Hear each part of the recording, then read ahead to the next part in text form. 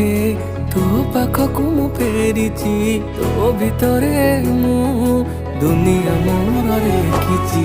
समय लाग पछे